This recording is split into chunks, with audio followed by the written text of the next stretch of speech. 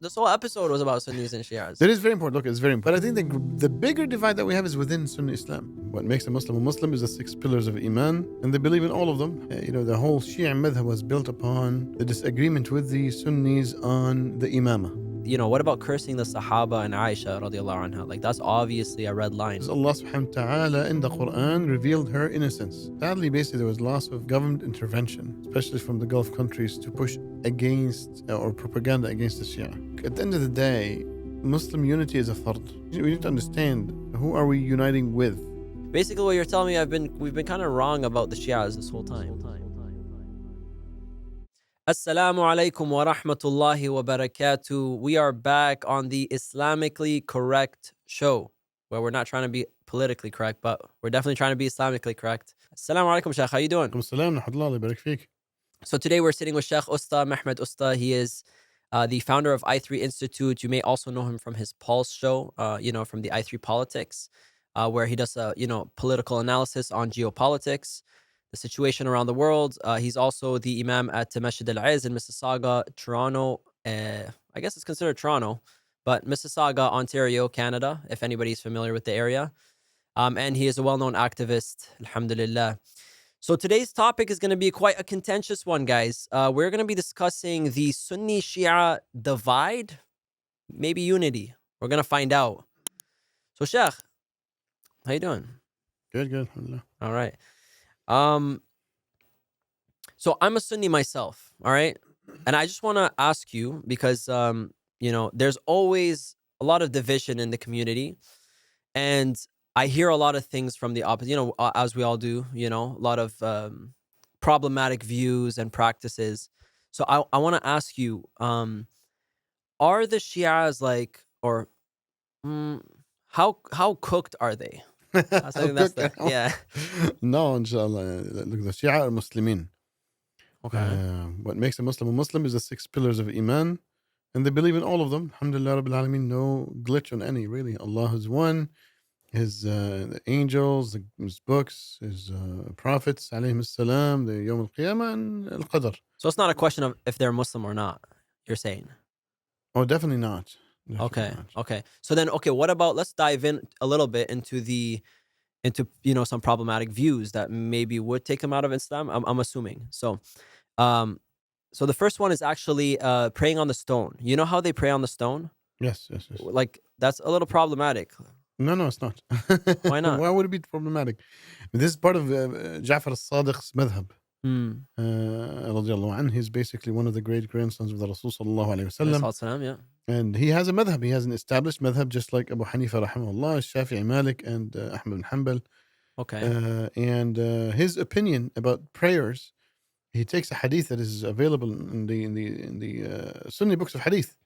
Al-Jami' al-Imam al-Tirmidhi, in that book, there's a hadith that says, جُعَلَتْ لِيَ الْأَرْضُ مَسْجِدًا وَطَهُورًا, that the earth has been created or has been made by Allah subhanahu wa ta'ala as a masjid, as a place of sujood, and as a means of purification. Okay. Or material for purification. So Imam Ja'far al-Sadiq took this hadith and understood that the sujood must only be done on earth, on earthly material. Okay. And a material that basically is on the surface of the earth, right? So that's why, he believes that prayers must be done on either stones or, sand or any grass, whatever it is, basically, that is on the surface of the earth. And since we live in places where there's mattresses and mats and furniture and stuff like that, they take a piece of stone so they can do sujood on it.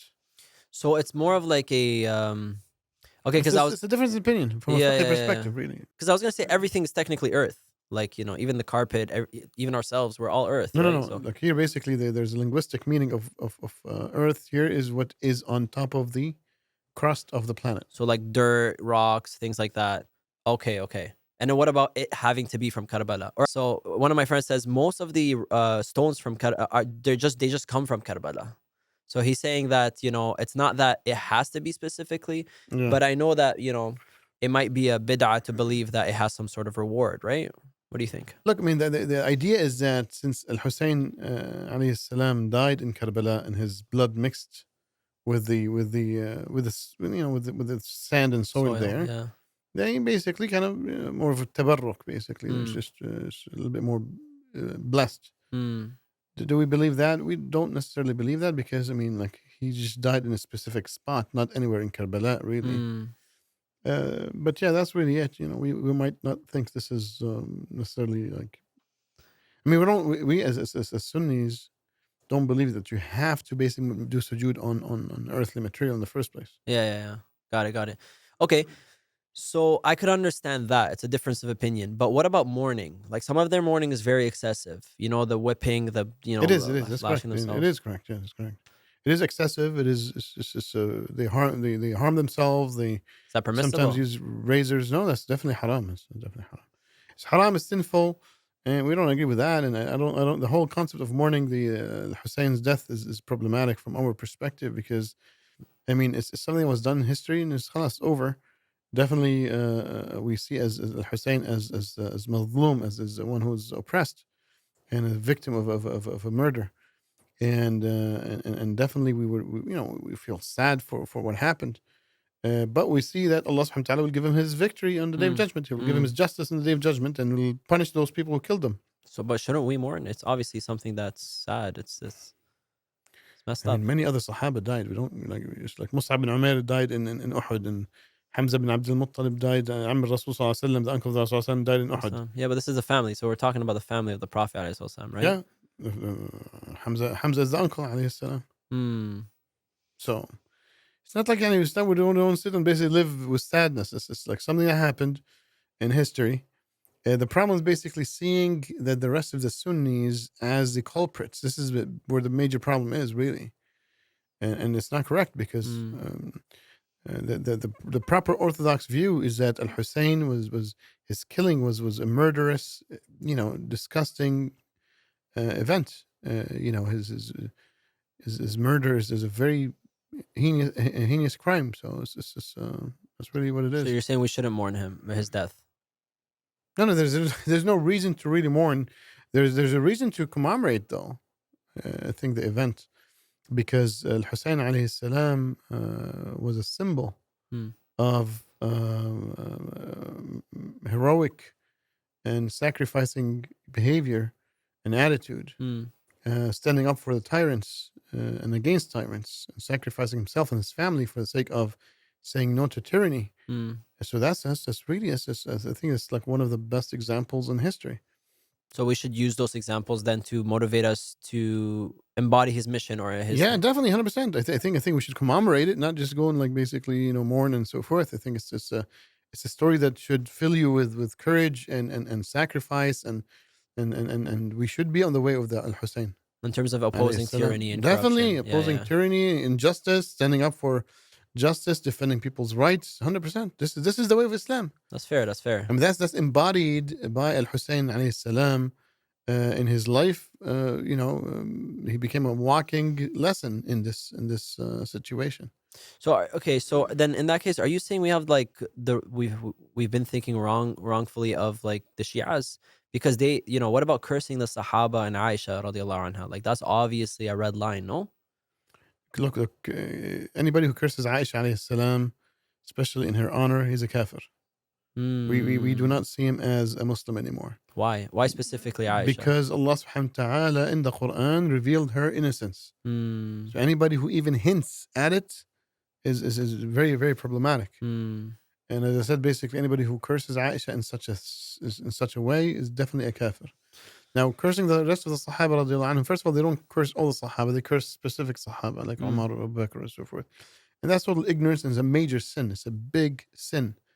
It's a major sin that Allah subhanahu wa ta'ala will punish these people for. But it's But not again, kufr. it's not kufr if they, curse one or two or like specifics. It would be kufr if they curse all the Sahaba because Allah subhanahu wa ta'ala in the Quran addal al-Sahaba means basically He approved of their collective honor and dignity and righteousness. Yeah, Okay? yeah. Radiallahu anhum wa radu an. Exactly. Yeah, yeah, Radiallahu yeah, anhu yeah. wa radu. Yeah. But they don't curse the Sahaba in a collective manner. Got it. Got it. Okay. Okay. That being said, those who do so, has nothing to do with the madhab al-Ja'fari. Hmm. Madhab al-Ja'fari is the dominant Shia madhab. Mm. It's not like us, basically. For example, us as Sunnis, the four madhab exists. I'm not saying it's 25% each, but they all have their sizable chunk in the world. Got it. But in the Shia realm, the Ithna Ashariya, the 12ers, or the Ja'fari madhab, same thing, is you can say 90% of Shia are like that. Okay. And what I'm trying to say is basically the madhab does not okay the cursing of the Sahaba or Aisha alayhi salam. Alhamdulillah, I mean, that's a sense of relief. I mean, it's odd that there are some people, some sects, or Oh yeah, I mean, there's bad people from both sides, really. even the Sunnis then. Yeah. True. All right, well, yeah, I'm not to that extreme. I don't think they're all, kuffar. Obviously, I have friends that are Shias, but, it's interesting to see that on both sides you can see extremism. So let's go back in history a little bit. Let's start after the Prophet's death, alayhi salatu wasalam. What happened there? Because obviously there was some friction, some problems, and the Shias claim, or I think they claim at least, that Ali should have been given successorship after the Prophet alayhi salatu wasalam, and they went off and got together and decided, and without Ali's say, you can say, what happened there? What was the friction between Ali, Umar, Abu Bakr radiallahu anhuma? Yeah, what makes a Shi'i as such, the whole Shia madhab was built upon the disagreement with the Sunnis on the imamah. Mm-hmm. Okay, the imamah means basically the successor of the Rasul from a political perspective. Like the imam is like the word president in a republic, right? Or a king in a kingdom, or an emperor in an empire. So al-imam or al-khalifa, those two words are synonymous in Islamic heritage and culture. The difference between Shia and Sunni is who appoints the imam. Okay, so in Sunni Islam, and don't forget the Sunnis are the majority. We're like 90% of the ummah is Sunnis, and that's the orthodoxy at the end of the day in Islam. We believe that Allah subhanahu wa ta'ala have taught his messenger and taught us in the Quran that we as an ummah elect our leaders. Allah subhanahu wa ta'ala says in the Quran, وَأَمْرُهُمْ شُورَى بَيْنَهُم, meaning the matters of their public affairs is an issue of consultation amongst them, meaning the believers. The Shia, they say no. The Shia, that Allah appoints the imams, the leaders. And the reason they're called 12ers is because they believe in 12 imams. And there's a hadith, even basically as from a Sunni perspective, we accept it as Sahih or Hasan at least, is basically Al-Khulafa Ithna Ashar. Meaning basically the successors of the Messenger ﷺ in political authority, the leaders of the Muslimin, are 12. And we accept that too. Yeah. Interesting. But see, we specify it. We specify it to mean basically Al-Khulafa Ar-Rashidin. Oh, the righteous ones. Exactly. The ones that are on the path of the Prophet. The path of Rasulullah, the guided ones, exactly. Got it. So we already have, 5 or 6 of them, and there's 5 or 6 or 6 or 7 that remains in the end of times that we're living today in. 5 or 6? I thought there was only 4, up to Uthman. No, Uthman and up to Ali, you mean? Yeah, up to Ali, sorry. Yeah. Ali was the last one out of the 4. Well, there's Al-Hasan also. Okay, got it. Okay. Al-Hasan at least, and maybe Umar ibn Abdul Aziz that came during the Umayyads. Okay, got it. So that's debatable, you're saying. But regardless, that's around like 5, 6. So yeah, exactly. So there's 5 or 6 khulafa, and there's 5 or 6 that are coming. They will be coming, inshallah, soon, basically. Yeah. So anyway, so the Ja'fari madhab took it as such that these are the only khulafa, and they believe that Allah subhanahu wa ta'ala appointed them, and they start with Ali bin Abi Talib radiallahu anhu, and they end with the Mehdi. Okay. So they are the children of Ali and the children of the children of Ali, alayhi salam, until so forth. So is this legitimate? No, we reject that. We don't believe that. We believe that the ummah, as I said, the Sunni Islam believe that we must elect our leaders. And first of all, there's not enough leaders for the whole period, right? Like there's 12 people, Anyway, what happened in the Ja'fari madhab afterwards is there was a shift. There's a big ideological shift that happened in the 4th century. Okay. Which is that when Imam Hassan al-Askari alayhi salam died, which is one of the great grandchildren of the Rasul sallallahu alaihi wasallam, he died without a son. Okay. So there's no direct son. Yeah, so who's going to succeed him, basically? Who's going to succeed him? Yeah. Right? And anyway, he's the 11th, so the 12th is the last one. He must be al-Mahdi anyway, and Al-Mahdi is supposed to be at the end of times. So they sadly, I personally believe that there's a created myth, a myth that was created, a story that was created. It's not true that he did have a son, and this son basically went to hide in a cave, and he's waiting in the cave until he gets out at the end of times to rule by Islam and so forth. So definitely, from a Sunni perspective, we reject this whole myth, and it's not true. We believe in the Mahdi. There will be a person who's going to be a Mahdi, and he will be from the lineage of the Rasul sallallahu alaihi wasallam. Definitely, yeah. But in the end of times, but the lineage of the Rasul sallallahu alaihi wasallam is still there, right? It's not like as if it was done. Halas, it's cut, it's over. So this is the issue. This is now basically where really we diverged.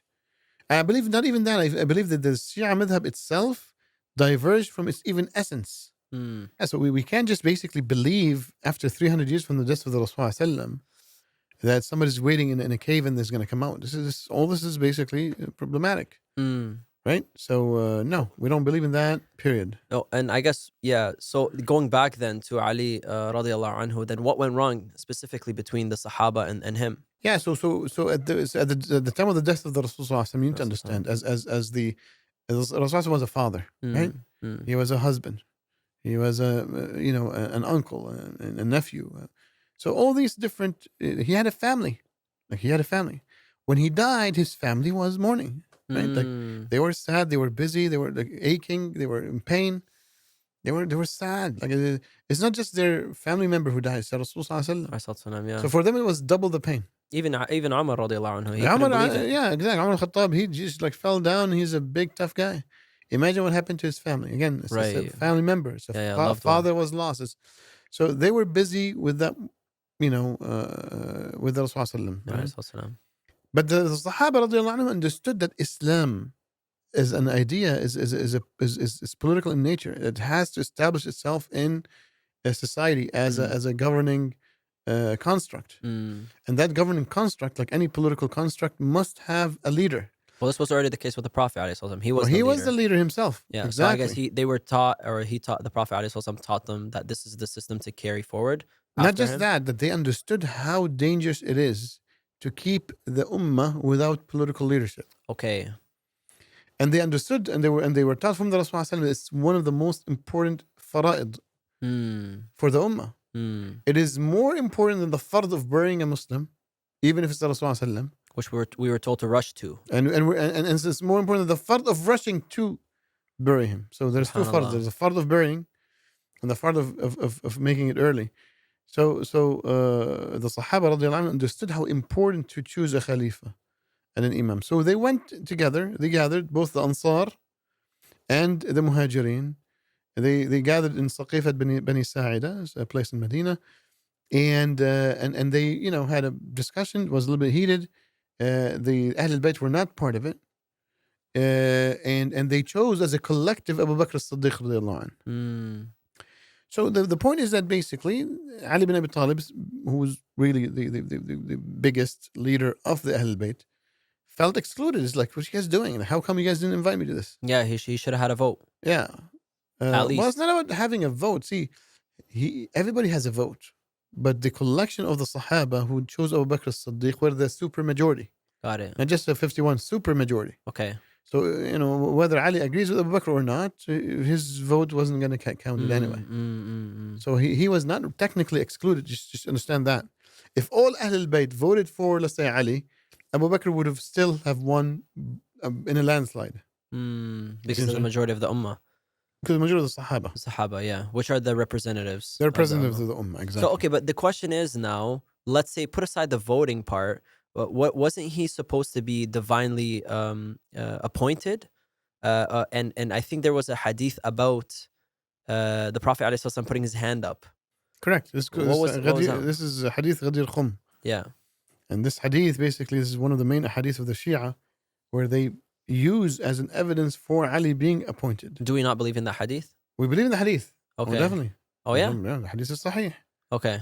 Yeah, the Rasul took Ali's hand and pulled it up and says, Man kuntu mawlah, fa aliyun mawlah. Whoever takes me as his master, then Ali is his master. But that has nothing to do with political authority. Well, it sounds pretty clear. No, it doesn't sound clear. Where is it? It's not clear at all. So then what does it mean if it's not political authority? No, it's not like that. It's basically the Sahaba. The proof that it's not political authority is that none of the Sahaba understood it this way. Okay. Like nobody brought it up basically when they went to Saqif Bani Sa'ida, when they were discussing who's going to be the Khalifa. Nobody says, "Oh yeah, but Rasulullah said that Ali is supposed to be Abu Mawla." So Did Ali bring it up? even Ali bin Abi Talib didn't bring it up. Nobody brought it up. Mm. You see what I'm saying? And this is the biggest evidence that we as Ahl Sunnah wal Jama'ah have against this wrong understanding that there was an appointment. There was no appointment. Okay? And we even basically disagree with those who say that Abu Bakr was appointed. Nobody was appointed. Okay? Nobody was appointed. The Ummah chose Abu Bakr, period. All right? So the language and the linguistics and does not mean that he is going to be the successor. Right? I mean, he would have even probably mentioned that to be like, this is what the Prophet ﷺ said. Yeah, and he didn't do that. Yeah. He didn't do that. Yeah. But let's say his understanding, because one Sahabi's understanding doesn't make a hukum shari. What about the rest? So right. Like when the Rasul took his hand and raised it, he raised it, in front of like tens and tens and tens of Sahaba. None of them understood it this way except Ali, right? So it's just again, but that's in the with the assumption that it is not correct. He thought that he is the most deserving for the position. Not that he was divinely appointed. Exactly. Because he didn't even mention it. 100%. Yeah, got it. Are there other examples where the Prophet ﷺ also praised other people the same way, or is he the only one? I mean, there's a I would say basically there's even a stronger praise. The Rasul praised Abu Bakr as-Siddiq. Allah subhanahu wa ta'ala spoke about Abu Bakr as-Siddiq in the Quran. Umar al-Khattab. There's an athar that the Rasul sallallahu alaihi wasallam says that if there is a Nabi after me, it would be Umar al-Khattab. Whether it's strong or not, but there is many basically praise of the Sahaba radiallahu anhum in general. Different, all kinds of. Imagine if what do you do with this hadith? Basically, Umar al-Khattab is going to be the next prophet after the Rasul sallallahu alaihi wasallam. And he wasn't even the next Khalifa. But you know what I'm saying? Like that's even more stronger than the word al-Mawla. Yeah. You see what I'm saying? Al-Mawla wa tawalli basically means my supporter or a person that you take as your ally, ally and master and so forth, and that's it. It doesn't mean that basically he's supposed to be the Khalifa of the Muslimin or the Imam. Yeah. Right. And it's definitely someone we respect a lot. We look up to his courage. Definitely. He's one of the greatest Sahaba radiallahu anhu. Yeah. He's the most knowledgeable of all Sahaba. He's more knowledgeable than Abu Bakr as-Siddiq and Umar. This is a fact. Oh yeah. Oh, definitely. Okay, subhanallah. So for a while, for a good period of time, Ali never gave his bay'ah, his pledge of allegiance to Abu Bakr, right? Doesn't that mean something? No, it doesn't. Ali bin Abi Talib, he's a qadi, he's a great scholar. And he understands that the bay'ah really happened during the Saqif Bani Sa'ida. Because there's two types of bay'ah, right? The first word bay'ah means it's a pledge of allegiance between two people, right? Right. So the pledge of allegiance from the ummah to the khalifa is what makes him a khalifa. Okay. Right? So the Sahaba radiallahu anhum in Saqifat Bani Sa'ida gave the bay'ah to Abu Bakr as-Siddiq. This is what made him a khalifa. Okay. The bay'ah that happened after, which is the next day or two, this is called ceremonial bay'ah. It's more of like an inauguration in today's wording, right? The ummah comes in and does bay'ah, just more of a ceremonial, because there's nobody like he's already the khalifa. Yeah. So Ali bin Abi Talib didn't go stand there and give a bay'ah there, because for him it's like, okay, it's done. And maybe it's like, look, you guys didn't include me, whatever. There's bay'ah in my neck. Yeah. He's already, I'm a citizen. He's my emir. It's done. I accept him. Okay. I don't need to overdo it. It's implicit. Yeah. Got it. But what happened is basically 6 months after, started hearing things that, oh yeah, Ali is not agreeing that Abu Bakr is this and that. There's some, subhanAllah, any gossip that went around. So he immediately... Shaitan got in there. Exactly. He didn't want the shaitan to get in there as much. So he quickly basically cut the road on shaitan, went to Abu Bakr Siddiq, gave him bay'ah in front of everybody. Oh, okay. Just so, and nobody brought this up anymore after. Got it. Okay, and then so if we continue from here, and then the subhanallah, there was Muawiya now in the picture, and Yazid. Let's talk about Muawiya. I think who was the one that went up against Ali radiallahu anhu? Yeah, so Muawiya ibn Abi Sufyan, yes, exactly. And what happened there? He was the governor of Sham, and he was very well established, strong, and the Sham was really a very wealthy province, and And it's a heavyweight between the provinces. So what happens after when Uthman was killed, radiallahu anhu, Mm. the Muslimin gave bay'ah to Ali ibn Abi Talib. Mm. Ali became the emir, Mm. and he decided to just basically let go of, let's say, prosecuting anybody who was part of the killing, let's say, squad or the rebels. And he moved to Iraq, and he just wanted things to settle, and then basically, yani, say, proceed forward with. The He affairs wanted of to the ummah. stabilize. He wanted to stabilize the state Yeah. because it was chaotic. Yeah. Sadly, what happened during Uthman's time was chaotic. He wanted to stabilize the state and then, yani, go through the judiciary and stuff like that. Over here, so a couple things happened. Number one, some of the Sahaba didn't agree, which is Zubayr, Talha, Aisha radiallahu anhum. So they built up their own army and they wanted to, go and beat up these rebels, right, and take revenge. And then, sadly, things happened, right? Anyway, at the end of the day, basically, they that was resolved. It did cost lots of Muslim blood, Hold on, sadly. hold on. You can't skip past that. What happened? This is the battle between Ali and This Aisha, is right? Ma'arakat al-Jamal, yeah. This is the So what battle happened of the there? camel. So they went to fight the rebels, but how did this become a Sahaba battle? Look, I mean, you need to understand, assassination of a Khalifa like that was in cold blood. It's fitna. The Sahaba didn't wanted revenge. They wanted? Yeah. Mm. Yani, you need to understand that the That's state their of leader. Islam was assaulted. Yeah. The Khalifa was assaulted. Uthman was the son-in-law of the Rasul. He is one of the greatest Ashar al-Mubashara, one of the greatest Sahaba of all time. And Sahaba were angry. And Ali, instead of basically getting the buy-in of everybody, khalas, decided they're like, you guys need to obey. I'm the Amir. Move forward. And, humans are humans. People make mistakes. So even the Sahaba are... They fell in, yeah, definitely. I mean, Aisha, Talha, and Zubair, radiallahu anhum, did a mistake, big mistake. Subhanallah. But inshallah, definitely Allah will forgive them. Yani, they forgave each other anyway and so forth. And Oh, they did? They forgave each other after the battle? definitely. Okay. All right, so then after that... Yeah, so after that is basically where Muawiya continued to push. He was the governor of Sham, and he challenged Ali bin Abi Talib. And so sadly, basically, he wanted to, make Ali bin Abi Talib step down and take revenge and so forth. And He's the Khalifa. He's a legitimate Khalifa at this point. so he opposed him now militarily, face to face. Okay, wow. Right? And there was a battle between them that Ali alayhi salam, almost won. And then basically there was a maneuver that was used by Muawiya, where he basically stopped things and wanted negotiations and reconciliation efforts that made himself look the good guy. And then sadly, it ended up basically Ali bin Abi Talib's army. He divided Ali bin Abi Talib's army, really, due to political maneuvers, where people stopped trusting Ali bin Abi Talib because he didn't want to. Wow. He didn't want to because he's not supposed to negotiate anything. Muawiya is totally at fault. He's rebelling against the Khalifa. I was about to say who's the good guy here, because Ali obviously definitely still Shari'i wise, 100% Ali's right.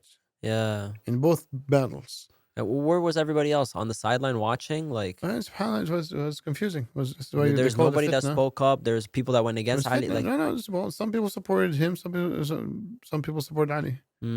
Most of the Sahaba supported Ali. But did they speak up? But there was some. It was some here, it was some there. Was any of this prophesized or any of this like? Yeah, so definitely, Rasulullah basically spoke about Ammar ibn Yasir. Ammar ibn Yasir, radiallahu anhu, one of the famous Sahaba. He got killed in this battle. Incident. Okay, yeah. And Rasulullah specifically said, "تقتله الفئة الباغية." That the evil side, the evil party, will kill him. Kills him. Okay. And he was killed by the army of Muawiya. No way. And Ammar ibn Yasir was on the side of Ali bin Abi Talib, radiallahu anhu. Subhanallah. Oh yeah. So there was zero. Like after that, there was zero doubt. It's just again the political maneuvers. When Muslims are not politically astute, they'll easily be tricked. Yeah. So Muawiya tricked some of the portion of the army, and this portion of the army went against Ali, sadly, and then the Khawarij came out of that, and and they killed Ali bin Abi Talib. Subhanallah. And then basically after that, Al-Hassan, the oldest son of Ali bin Abi Talib, became the Khalifa. And again, Muawiya charged and put pressure and threatened to open war. And then Al-Hassan decided to step down. And then Muawiya himself became the Khalifa of the Muslimin. Okay. So by force. And I guess this is where Hussein comes in, radiallahu anhu. No, Hussein comes after. 20 years after. 20 years? Yeah. Okay. And then, so what happened with Hussein and Yazid? Yazid at this point took the ownership of Khilafah. Basically, it was passed down to his son. No. So Muawiya became the Khalifa for 20 years. And around 60 Hijri is basically when he's either dying or died, and he did pass it to his son. Okay. But this is the first time that this happened? The first time that this happens. And this is basically where the Sahaba were fully against it. And that's where Al-Hussein alayhi salam went and opposed Yazid and tried to recruit an army from Iraq that sadly betrayed him. And he only had his family with him, basically, that, marched through. And Yazid sent a bigger army that killed Al-Hussein. And sadly, it took even cut his head off and took his head. It's disgusting.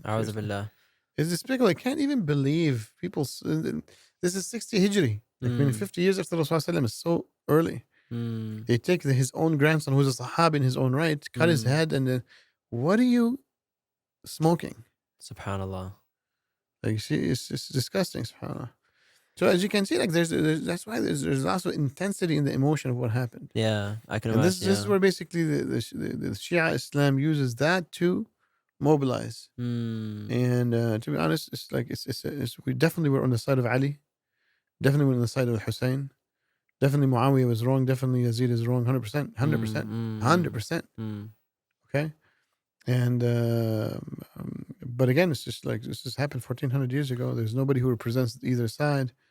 And we should learn from these lessons, not perpetuate anything as if somebody has to do with it, Right. Sunnis are not representing Yazid. This is we're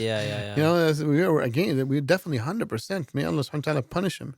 Yeah. This is he's a disgrace for his own self on the day of judgment. And this is the first incident where I guess this is where legitimately someone forced their ownership of the ummah, I guess, or the affairs of the ummah. When before it was a problem of, when you spoke about it was electoral. It was through an election. Yeah, before it was a legitimate shura, even though Ali was not the majority. That's why we call this al-Khilafah al-Rashida, and then after that, basically, it's not Khilafah al-Rashida really. Still a Khilafah, but not Rashida really. Yeah. Okay, so now in this case, you mentioned there were some people, on the sideline watching. Some people, obviously, at the end of it all, they probably regretted not participating, not fighting, not speaking up, not protesting. Right? Are there some examples of that? Yeah, I mean, the most famous example is Abdullah ibn Umar. He sat on the side. He's like, I'm not gonna get into. Many Sahaba also they didn't want, they were just it was depressing to now see Sahaba fighting amongst each other. So they just said this, look, I'm not gonna get into this, and said, and Abdullah radiallahu anhu, he regretted it. And he says, if I would go back again, I'll stand with Ali and die with Ali 100%. And so which one was the right approach? Hassan radiallahu anhu gave up the fight, and Hussein fought. Are they both the right approach here? Look, at the end of the day, Al-Hassan, I would have liked him to basically push back, actually. But, I think he understood that he was weak. And he wasn't going to be able to win. If his father, with all his, let's say, charisma and respect and status, couldn't face Muawiya, he knew he would try. It'll be just bloodshed. So he wanted to save the ummah from bloodshed. Yeah, and then the Rasul commended that in hadith, by the way. Which hadith? Many people might not know this, but he says basically, he pointed at Al-Hassan when he was young. He says, my grandson here will Allah subhanahu will save upon his hands bloodshed in my ummah. So it's so there's good in it. There was good in it, yes. But also Hussein fighting until the end. Oh, definitely. That's it's the right thing to do. Like we left the tyranny to grow, and then we paid 1,000+ years Suffering. of rulership that doesn't represent the ummah necessarily. Okay. Like the way we see Islamic history, you have the Khulafa al-Rashidin. It doesn't belong to a family. Like Abu Bakr as-Siddiq is from one, and Umar is from one, Uthman's from one, Ali from one. Like Ali is from the only one from Bani Hashim, for example. Yeah, so Uthman's from Bani Umayyah. Umar al-Khattab is from a different tribe, right? So, and Abu Bakr, same thing. So they all Qurayshi, but they're from different tribes. Okay. But after that, you have now basically the Umayyad dynasty. After that, you have the Abbasiyin. And then you have the Mamluks. And then you have the Uthmaniyin. Like these four dynasties really like ruled us for over 1,000 years instead of the Ummah choosing a different leader with the right righteousness and characteristics and with variety. Like the children of somebody and the children of somebody and the brother of somebody is not going to be as effective or as competent as Obviously, it's not skill set. You're just going for lineage. exactly. Yeah. So sadly, it's what happened. Yeah. Which is why this is why we declined. We declined as a nation because of that. So now when we dive into the topic of Palestine, right? And we want to understand really, we have a bigger enemy now. Can we unite or is it impossible? Because we have basically two dominant perspectives right now. One is we should unite with them, right? And the second one is that we can't trust the Shias because of what they've done in history, right? Especially when we analyze, the Syrian regime and the support of them from the Shia entities, political entities. So how do we feel about that? So look, at the end of the day, Muslim unity is a fard. Okay, it just means we need to understand who are we uniting with. And Sunnis and Shia should be united. Yeah, but under the umbrella of who? The Iranian regime? No.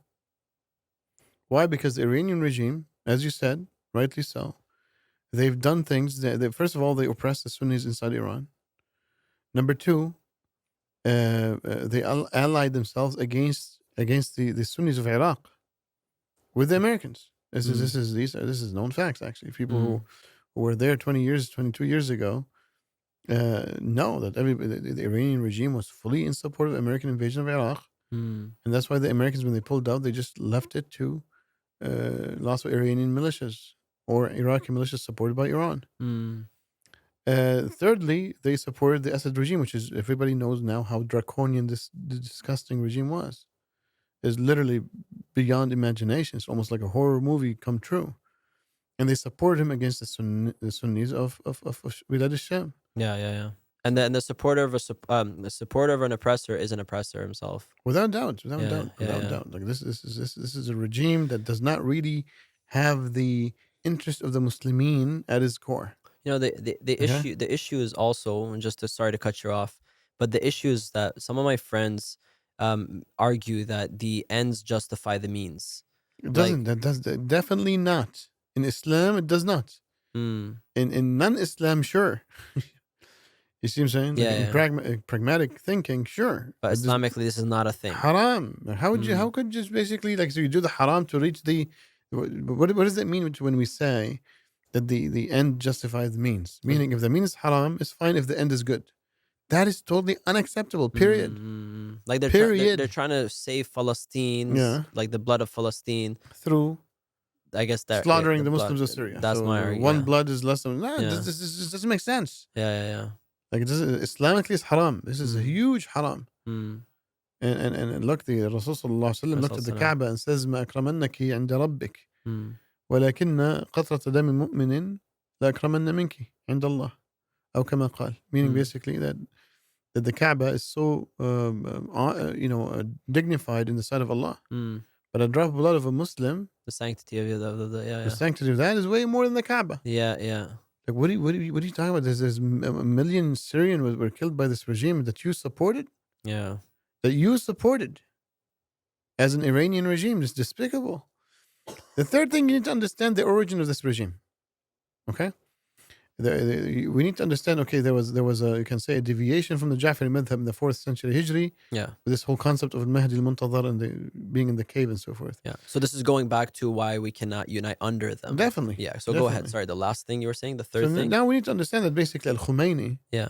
who is a scholar in his own right, created a new bid'ah. Bid'ah here from a Shia perspective, not from a Sunni perspective. Oh, they believe it's a bid'ah in their own. The real scholars of the Ja'fari madhab, yeah, for example, Subh al-Tufayli in Lebanon, for example, would believe this is a bid'ah. This bid'ah called basically wilayat al-faqih. Yeah, wilayat al-faqih, exactly. It's basically the imama of the scholar, or the grand scholar. Yeah. Yeah. So because of this whole issue of al-Mahdi coming at the end of times, there's a gap of leadership, right? What are you going to do between the 11th and the 12th? Oh yeah, because they're supposed to. So they're divinely appointed leaders. Yeah. So since it's the 12, there's nobody appointed.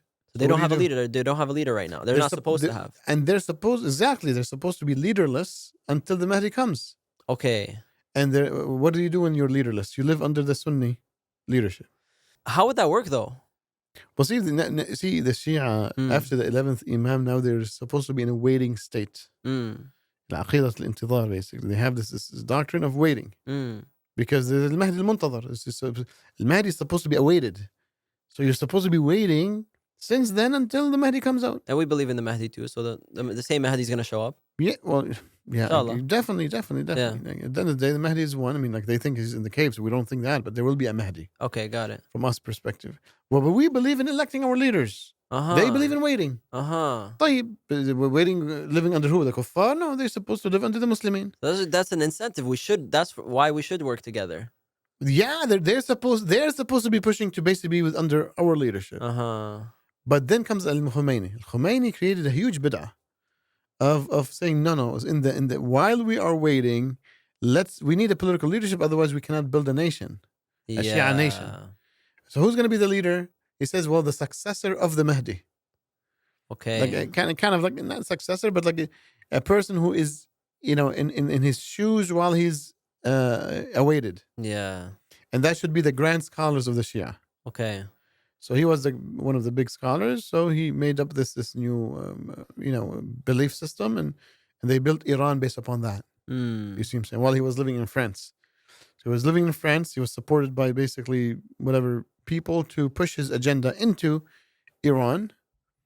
And then he came, he flew in and did after the Islamic Revolution, and became the leader, the supreme leader of Iran. Even today, right now, basically the real leader is the supreme leader, who is the big faqih, basically. Right. That's not elected. It's just a person who's the greatest scholar, basically. Got it. Technically, this is this is creating division instead of helping us unite. Like, why go and say no? We should still rule, although your books clearly say you shouldn't. I mean, look, at the end of the day, their aqidah is their aqidah, their madhab is their madhab.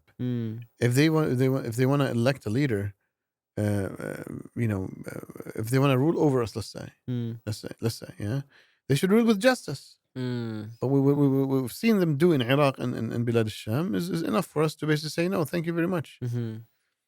But again, we're not going to go like we would rather basically be unified. But who we're going to be unified? We want to unify with the Shia themselves, not with the leaders of Iran. Got it. From another perspective, is that I think you mentioned that Saudi Arabia represents Sunni Islam. They don't.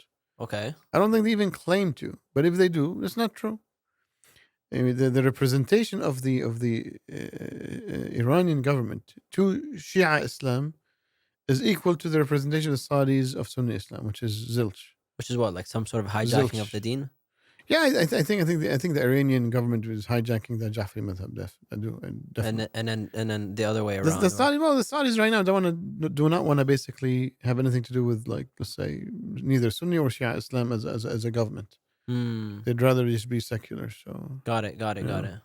Okay, so that means that leaves it to us as the people to just unite under, or with each other under, hopefully, inshallah, a Sunni leadership until the Mahdi shows up.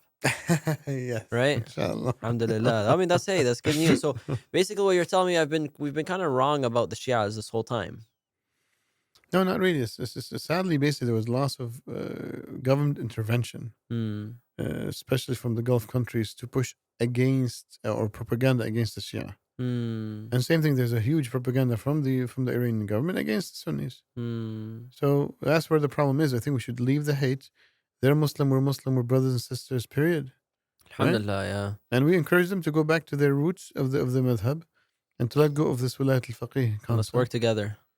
Definitely. As an ummah, we need to unify as an ummah. Yeah. That's amazing. I mean, like, it seems like nowadays everywhere you look online, it's always like anti-Shia and anti, Sunni, and there's like this. But that's what divides us. This is where we basically, that's why how we get weakened. Mm. The colonialists, when they came into the Muslim world, they used every means to divide people. Mm.